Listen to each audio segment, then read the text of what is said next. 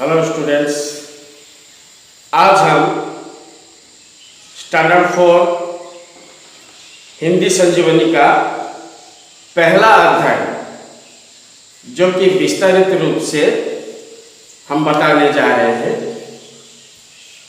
पहला अध्याय शतशः प्रणाम। शतशः मतलब सैकड़ों प्रणाम कर रहे हैं। किसको? बच्चे जो स्कूल में पढ़ाई करती हैं, वो अपने ज्ञान की देवी जिसे हम माता सरस्वती कहते हैं, माता सरस्वती के उद्देश्य में बच्चे उन्हें प्रणाम कर रहे हैं और उनसे थोड़ा आवेदन कर रहे हैं, गुहारी कर रहे हैं। कैसे? देखो, जीवन के इस नव प्रभात में नन्हे बालक हम आए हैं। मतलब बच्चे अपने ज्ञान की देवी माता सरस्वती को आवाहन करते हुए जीवन के इस नव प्रभात में हर सुबह हर इंसान के लिए, हर बच्चे के लिए एक नई सुबह होती है, एक नई प्रभात होती है। हम रात में सोते हैं, पता नहीं क्या होगा क्या नहीं होगा, तो सुबह उठते ही हमें ये पता चलता है कि हाँ सुबह होगी और हम उठ जाते हैं। तो हर जीवन में हर सुबह एक नई सुबह होती है, एक नई प्रभात होती है। तो जीवन के इस नव प्रभात में नन्हे बालक मतलब छोटे छोटे बच्चे माता सरस्वती से ये कहती कि हम आए हैं क्या? भक्ति भाव से भेंट सजाकर। भगवान को कोई रिश्वत नहीं चाहिए, माता कोई रिश्वत नहीं चाहता, भक्ति चाहता है। जिसके मन में जितना भक्ति है वो उतना ही भगवान के करीब जाके पहुंचे। तो भक्ति भाव से भेंट सजाकर तेरे चरणों में लाए। तेरे चरणों में एक भगवान ही है जिसके साथ हम खुलेआम बात कर सकते हैं। बड़े को तुम कहते हैं, आप कहते हैं, पर भगवान को तू ता करके हम बात करते हैं तेरे सामने, तुम्हारे नहीं, क्योंकि वो ही अपना होते जो जितना करीब होते। तो बच्चे क्या कह रहे हैं कि हम नन्हे बालक हैं, हमें कुछ मालूम नहीं है, फिर भी भक्ति भाव से जितना भी हो सके हम भेंट सजाकर हे माता तेरे चरणों में हम आए हैं। क्यों आए हैं? ज्ञान पिटारी से चुन चुन कर जो कुछ भी हमने सीखा, ज्ञान पिटारी ज्ञान की भंडार, आपने जितना हमें सिखाया, आपने जितना हमें ज्ञान दी है, उसी ज्ञान में कुछ ज्ञान संचित करके हमने जो कुछ भी सीखा वो सारे ज्ञान को चुन चुन कर, बारीक बारीक से ढूंढ ढूंढ कर जो कुछ भी हमने सीखा वाणी की आराधना से। सबसे पहली बात ये वाणी होता है, आचार विचार होता है, लोगों से सही तरह से बात करना, इंसान को अपनाना, दुखी गरीब को अपनाना। ये हर एक व्यक्ति, हर एक बच्चे, हर एक स्टूडेंट्स की ये नैतिक कर्तव्य है कि उन्हें दया करे, धर्म करे। और वाणी ये तो बहुत अच्छा चीज है। अगर हम किसी को अपना वश में करना चाहे तो उसका साधन वाणी होता है। किसी को हम अगर अपना बना सके तो उसका साधन वाणी होता है। बातचीत करने के ढंग, बातचीत करने के तरीके, ये सब में होना चाहिए और सही तरह से होना चाहिए। और ये ज्ञात रहना चाहिए कि इंसान से चाहे बड़े हो, बुजुर्ग हो, कोई भी हो, उनसे हमें कैसे बात किया जा सके। ये सबसे बड़ी साधना है। अब कहीं भी जाओ बातों से, कहने की तरीके से किसी को भी अपना कर सकते हो। इंसान के शरीर में अगर कोई भी चीज गलत है तो ये जीभ है। ये जीभ तो है 1.5 इंच का, और इंसान के शरीर में अगर कोई भी सबसे प्यारी, सबसे अच्छी चीज है, वो भी जीभ है। ये मैंने नहीं कह रहा हूं, ये लुकमान ने कहा था। लुकमान एक ऐसा साधक है, ऐसा ज्ञानी है, जिसे एक राजा ने उन्हें सम्मानित किए थे और लुकमान से पूछे थे कि लुकमान जी, इंसान के शरीर में सबसे अच्छा चीज क्या है? तो उन्होंने ही कहा था कि इंसान के शरीर में सबसे अच्छा जो चीज है वो जीभ है, जो है सिर्फ 1.5 इंच का। और इंसान के शरीर में सबसे गलत चीज अगर है तो वो है जीभ, क्योंकि जीभ से वाणी निकलता है, और वो वाणी अगर सुमधुर हो तो दुश्मन को भी हम अपना कर सकते हैं, और वो वाणी अगर कठोर हो तो अपना भी पराया हो जाता है। तो वाणी की आराधना से जो कुछ भी हमने पाया, इस बातों से, इस कहने के तरीके से, जो कुछ भी हमने हे प्रभु सीखा है, वो सब कृपा दृष्टि से तेरी, सारे के सारे तेरी कृपा से मिली है। तेरी मतलब ज्ञान की पिटारी कौन है? कौन देता है हमें ज्ञान? कौन प्राप्त करवाता है? माता सरस्वती माँ है, ज्ञान की देवी है, विद्या की देवी है। तो हमने सारे बातें कहने के तरीके, अपना जो ज्ञान है, वो सब के सब ज्ञान की देवी माता सरस्वती से सीखा, उनकी कृपा से सीखा है। वो सब तेरी अनुकंपा है, वो सब तेरी दया है। आपने दया किए तो हमने सीखे। आपकी दया प्रवश से हमें कुछ ज्ञान प्राप्त हो, इसलिए हम नन्हे बालक तुझसे ही वरदान मांगते। गॉड इज ऑलमाइटी, भगवान सर्वशक्तिमान, भगवान सब कुछ जानते हैं। हम जो कुछ कर रहे हैं, सही कर रहे हैं या गलत कर रही है, ये शायद हमें पता चले या ना चले, पर एक को पता चलता है, वो परमात्मा है, ईश्वर है, चाहे ज्ञान की देवी माता सरस्वती है। तो माता सरस्वती को ये कह रही है कि मां, जो कुछ भी हमने सीखा, जो कुछ भी वाणी की कहने की ताकत हमने रखी, ये सारे तेरे अनुकंपा हैं, ये सारे हम तुमसे ही सीखे हैं। इसलिए हम नन्हे बालक तुमसे वरदान मांगने आए हैं। हमें ऐसे वरदान दो कि हम एक अच्छे बालक बन सके, अच्छे बच्चे बन सके, और आगे जाके कुछ कर सके। यही हमारा प्रार्थना है और यही वरदान हम मांग रहे हैं, क्योंकि हम तो अबोध हैं, हमें कुछ नहीं पता, हम बच्चे हैं, हम अबोध है। तू ज्ञानवान है, तू ज्ञान की पिटारी है, तू ज्ञान की भंडार है।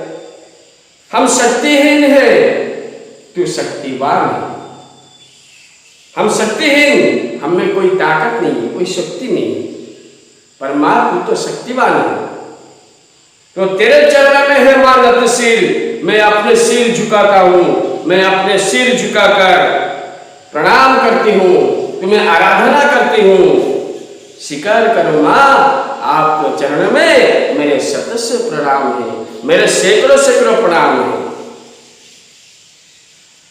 क्योंकि माता सरस्वती जो हमें विद्या देते हैं, हमें ज्ञान देते हैं, वाणी कैसे किया जा सकते हैं, लोगों से कैसे बात कर सकते हैं, ये सारे के सारे ज्ञान प्राप्त हमें माता सरस्वती होती है।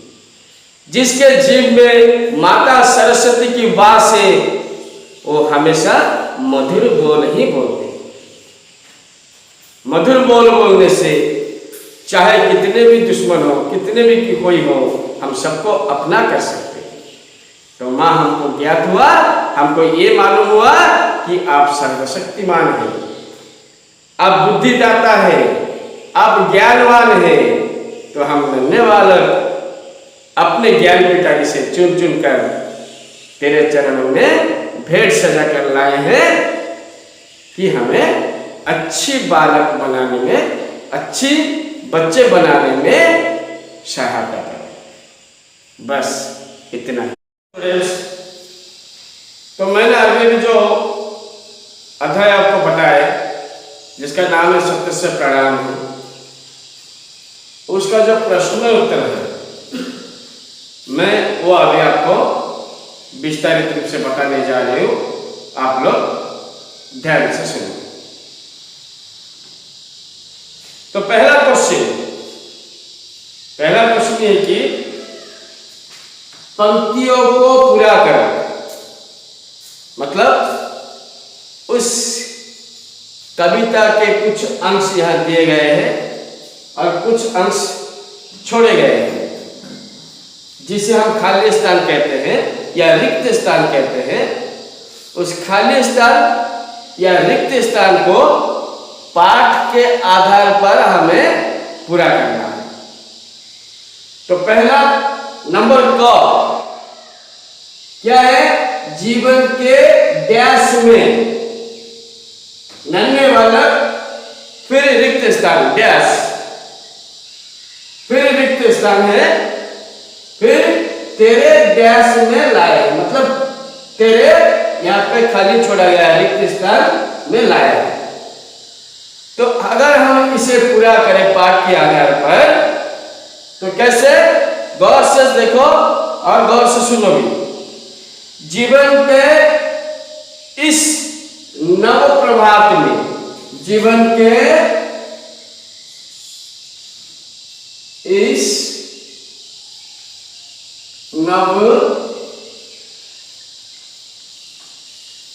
प्रभात में नन्हे बालक हम आए हैं। हम आए हैं, नन्हे बालक हम आए हैं। यहां पर पूरे के पूरे रिक्त स्थान है, खाली जगह है। मतलब भक्ति भाव से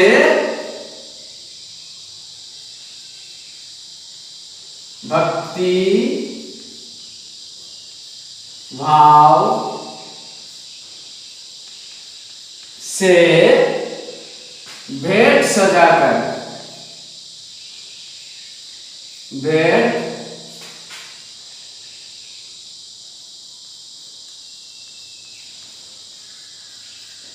सजाकर, भक्ति भाव से भेंट सजाकर तेरे चरणों में लाए। तेरे यहां सिर्फ चरण, तेरे चरण में लाए। तो पहला जो डैश या रिक्त स्थान थे वो हमने पूरे कर दिए। पहला देखो नंबर क है जीवन के इस नव प्रभात में नन्हे बालक हम आए हैं, भक्ति भाव से भेंट सजाकर तेरे चरणों में लाए। ओके, अब लिख भी सकते हैं और ध्यान से देखिए। फिर नंबर ख, हम अवध रिक्त स्थान, रिक्त स्थान शक्तिमान है, फिर से खाली जगह या रिक्त स्थान, फिर रिक्त स्थान प्रणाम। मतलब एक भी ख नंबर भी हमें पाठ के आधार पर पूरी करना है ना। तो कैसे? हम अवध तू ज्ञानवान है, तू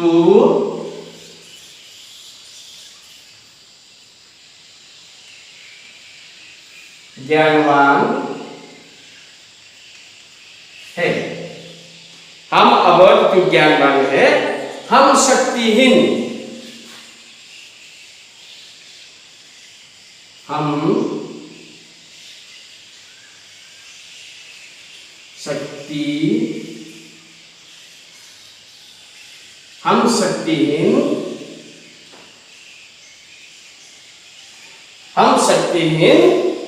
और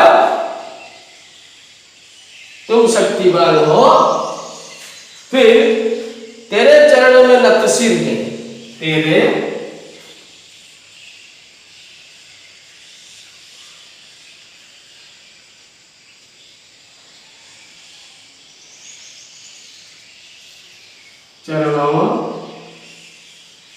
तेरे चरणों में नतशिर है।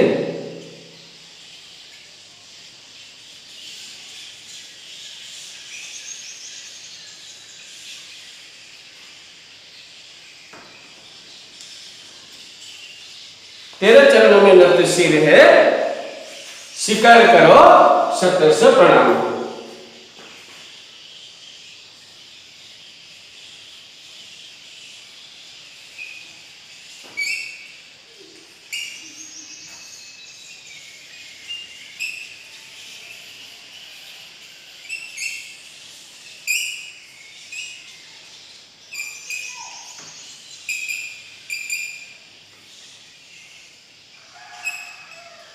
सत्य से प्रणाम। तो ये पहला नंबर कंप्लीट है। ओके, तो ख नंबर हम फिर से थोड़ा आलोचना करते हैं। देखो, हम अवध, तू ज्ञानवान है, जो कि रिक्त स्थान था, हमने पूरे किए। फिर हम शक्तिहीन, तू शक्तिवान है। हम शक्तिहीन और तू शक्तिवान है। यहां थोड़ा तू रुक गया, मैं फिर से लिख देता हूं। तू शक्तिवान है, तेरे चरणों में नतशिर है, स्वीकार करो, सत्य से प्रणाम। ओके, फिर से देखो, पहला नंबर क्वेश्चन जो कि पंक्तियों को पूरा कर, मतलब जो रिक्त स्थान है उसे हमें पूरा करना है। कैसे करना है? पाठ के आधार पर, कविता के आधार पर, है ना। तो कविता के आधार पर अगर हम पूरा करते हैं तो कैसे करते? देखो, नंबर क, जीवन के यही पे रिक्त स्थान था जो कि हमने पूरे किए। जीवन के इस नव प्रभात में नन्हे बालक फिर से रिक्त स्थान थे, हमने पूरे किए। कैसे? नन्हे बालक हम आए हैं। तीसरी जो लाइन था वो पूरे के पूरे रिक्त स्थान थे, तो हमने पूरे किए। कैसे? भक्ति भाव से भेंट सजाकर। चौथे लाइन में तेरे एक रिक्त स्थान थे, फिर में लाए हैं, यानी कि तेरे चरणों में लाए। समझे? फिर नंबर ख, हम अवध रिक्त स्थान जो कि पूरे किए गए हैं। हम अवध, तू ज्ञानवान है। हम शक्तिहीन, एक रिक्त स्थान खाली जगह। हम शक्तिहीन, तू शक्तिवान है। थोड़ा सा तू मैंने ऊपर लिख दिया है, ये जगह नहीं है तो एक लिख दिया, तू शक्तिवान है। फिर से पूरे के पूरे रिक्त स्थान जो कि हमें भरना है, तो तेरे चरणों में नतशिर है, तेरे चरणों में नतशिर है, स्वीकार करो, सत्य से प्रणाम। तो पहला नंबर कंप्लीट। पहला नंबर क्वेश्चन विस्तारित रूप से बताने के बाद अब हम चलते हैं क्वेश्चन नंबर 2, जो कि निम्नलिखित प्रश्न के उत्तर। नीचे दिए गए जो प्रश्न मैंने पहले से लिख दिए हैं, इन प्रश्नों का हमें सही सही उत्तर देना है। तो पहला क्वेश्चन, बालक किसको प्रणाम कर रहे हैं? ये मैंने पढ़ाने के वक्त आपको कहा था, फिर भी मैं आलोचना कर देती हूँ। बालक किसको प्रणाम कर रहे हैं? आंसर आता है, बालक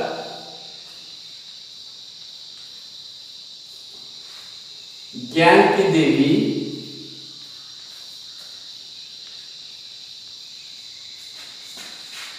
माता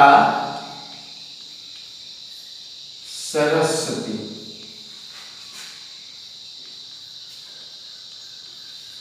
सरस्वती को प्रणाम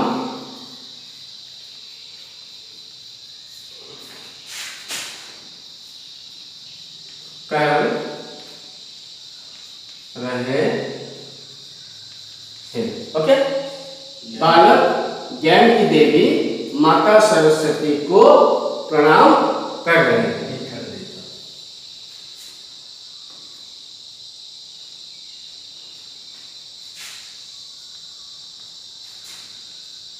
ज्ञान की देवी माता सरस्वती को प्रणाम कर रहे हैं, है ना। फिर दूसरी क्वेश्चन, ज्ञान की देवी का क्या नाम है? अभी बताया मैंने, ज्ञान की देवी माता सरस्वती। वही जवाब दूसरी नंबर में, ज्ञान की देवी का नाम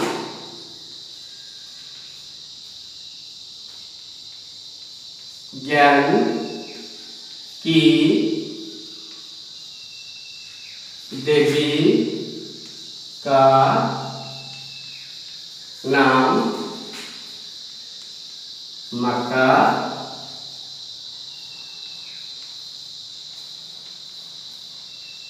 सरस्वती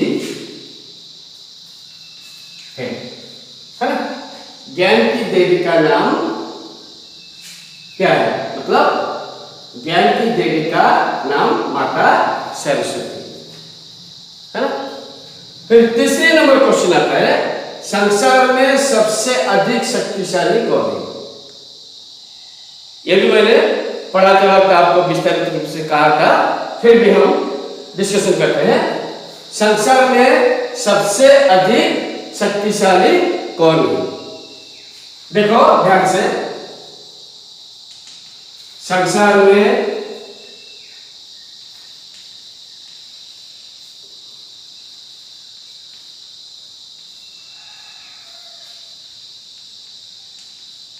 सबसे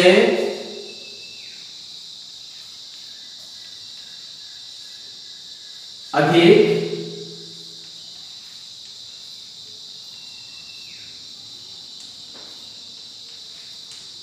शक्तिशाली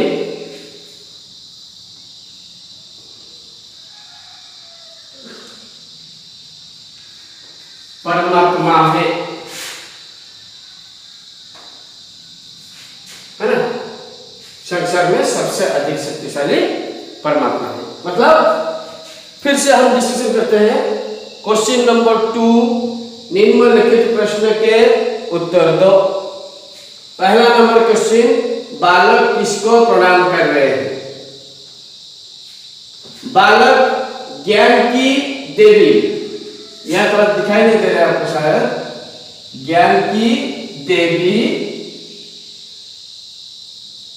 माता सरस्वती को प्रणाम कर रहे हैं।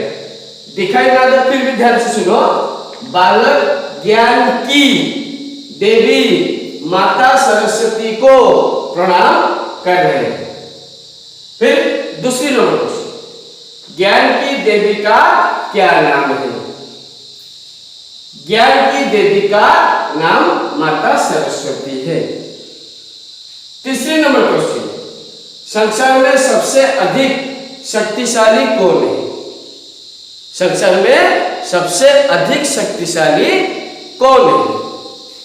संसार में सबसे अधिक शक्तिशाली, संसार में सबसे अधिक शक्तिशाली परमात्मा है। ओके, तो आओ बच्चे, हम इस पाठ के क्वेश्चन नंबर 3 यानी कि आखिरी को जो क्वेश्चन है उसे बताने जा रहे हो, आप गौर से सुनिए। बालक परमात्मा से ही वरदान क्यों मांग रहा है? बालक परमात्मा से ही वरदान क्यों मांग रहा है? बालक परमात्मा से है वरदान मांग रहा है, क्यों ना? इसका आंसर, जब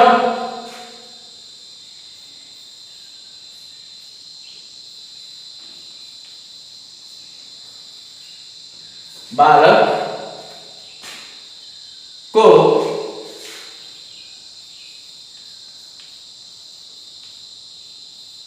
ये पता चला कि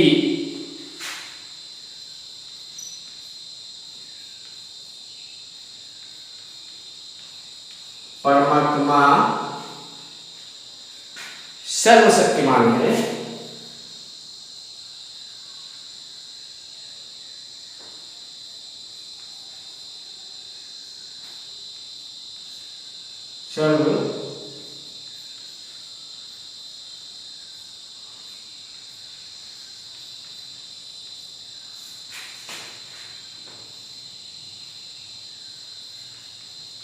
सर्वशक्तिमान है। जब बालक को ये पता चला कि परमात्मा सर्वशक्तिमान है और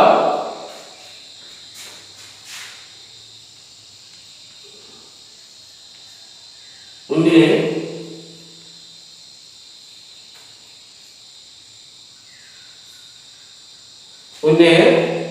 अगर हम कुछ मांगे,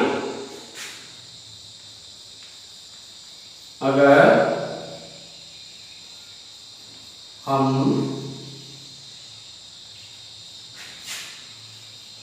कुछ मांगे तो वे दे सकते हैं, तो वे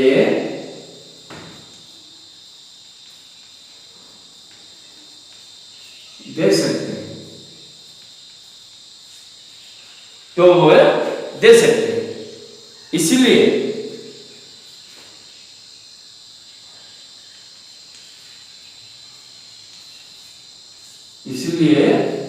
वे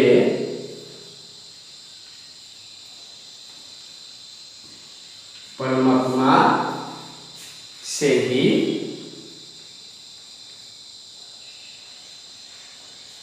वरदान मांग रहे हैं।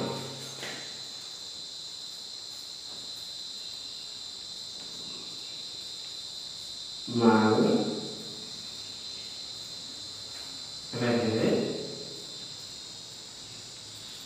ओके, फिर से हम थोड़ा आलोचना करते हैं। क्वेश्चन नंबर 3 जो कि इस पार्ट का आखिरी क्वेश्चन है, बालक परमात्मा से ही वरदान क्यों मांग रहा है?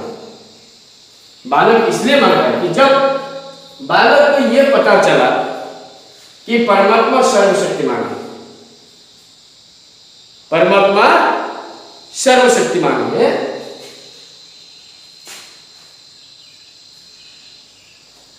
सर्वशक्तिमान है और उन्हें अगर हम कुछ मांगे तो वे दे सकते हैं, यही समझकर, यानी कि इसलिए वे परमात्मा से ही वरदान मांग रहे हैं।